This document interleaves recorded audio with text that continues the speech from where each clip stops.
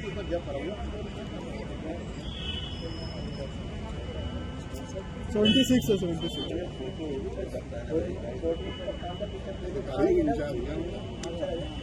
अच्छे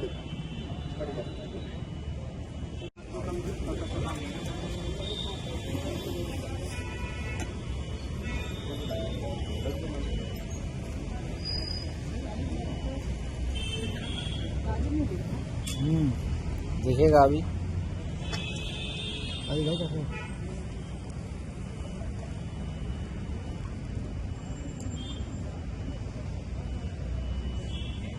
आगे आगे लो, बीच वाला अपना ठीक है, कोई बात नहीं है। और इधर इधर इधर चार मेन अरे चालू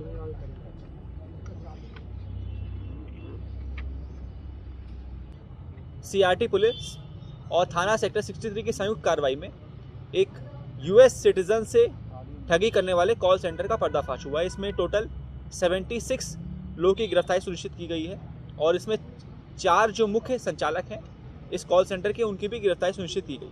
इसमें टोटल 76 में 9 महिलाएं हैं और अन्य पुरुष शामिल हैं। इन लोगों का मेन मॉडस ऑपरेंडी ये रहता था कि पहले ये लोग पैसे देकर ईमेल ब्लास्टिंग करवाते थे। ईमेल ब्लास्टिंग का मतलब होता है कि ये लोग 10,000 लोगों को एक साथ ईमेल कराते थे और उसका ये लोग फिक्स्ड अमाउंट एक पर्टिकुलर पर्सन को देते थे। ईमेल ब्लास्ट होने के बाद जब उसमें बग का मैसेज लिख के आता था, यानी कि जब यूज़र्स को पता लगता था कि उनके कंप्यूटर में कोई समस्या है और जब उस लिंक पे क्लिक करते थे तो एक ब्लू कलर की स्क्रीन आ जाती थी और उस स्क्रीन पे लिख के आता था कि कृपया इन नंबरों को कॉल करें अपनी समस्या का समाधान करने के लिए। जब यूएस के सिटीजन्स इस नंबर पे कॉल करते थे तो कॉल इस कॉल सेंटर पर लैंड होती थी जहाँ पर दबिश दी गई है और जिन लोगों को अरेस्ट किया गया है।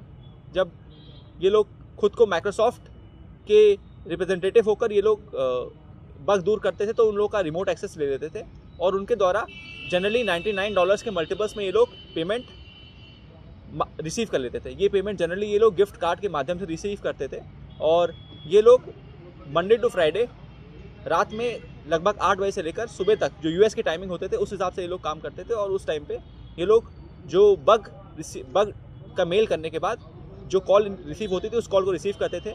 इन सब लोगों की सैलरी लगभग 15 से लेकर 25 से 30 हज़ार के बीच थी और उसके अलावा ये लोग जिस पर्सन के साथ फ्रॉड कमिट कर लेते थे ये लोग उनके साथ उसका इनको इंसेंटिव भी मिलता था।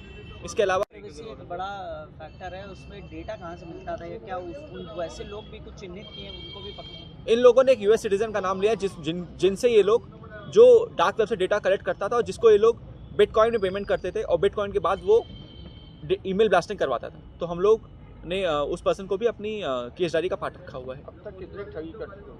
ये लोग लाखों रुपए की ठगी, करोड़ों रुपए की ठगी अब तक लोगों के साथ कर चुके हैं। इसके जो मेन मास्टरमाइंड्स हैं जिसका नाम करुणाल रे है, सादिक है, सौरभ राजपूत है, ये लोग मूल रूप से गुजरात के पास के रहने वाले हैं और पहले भी गुजरात पुलिस के द्वारा भी इसी तरह के अपराधों में ये लोग जेल जा चुके हैं। इन लोगों ने हायरिंग कहाँ से की थी? जो 74-75 लोग, ये जो 74-75 लोग इन्होंने हायर कर रखे थे, ये लोग इन्होंने अलग अलग जगह से हायर किए थे, परंतु ये लोग ऐसे लोग को हायर करते थे जिनका बात करने का एसेंट, बात करने का तरीका थोड़ा यूएस सिटीजन या अमेरिकन एसेंट में हो।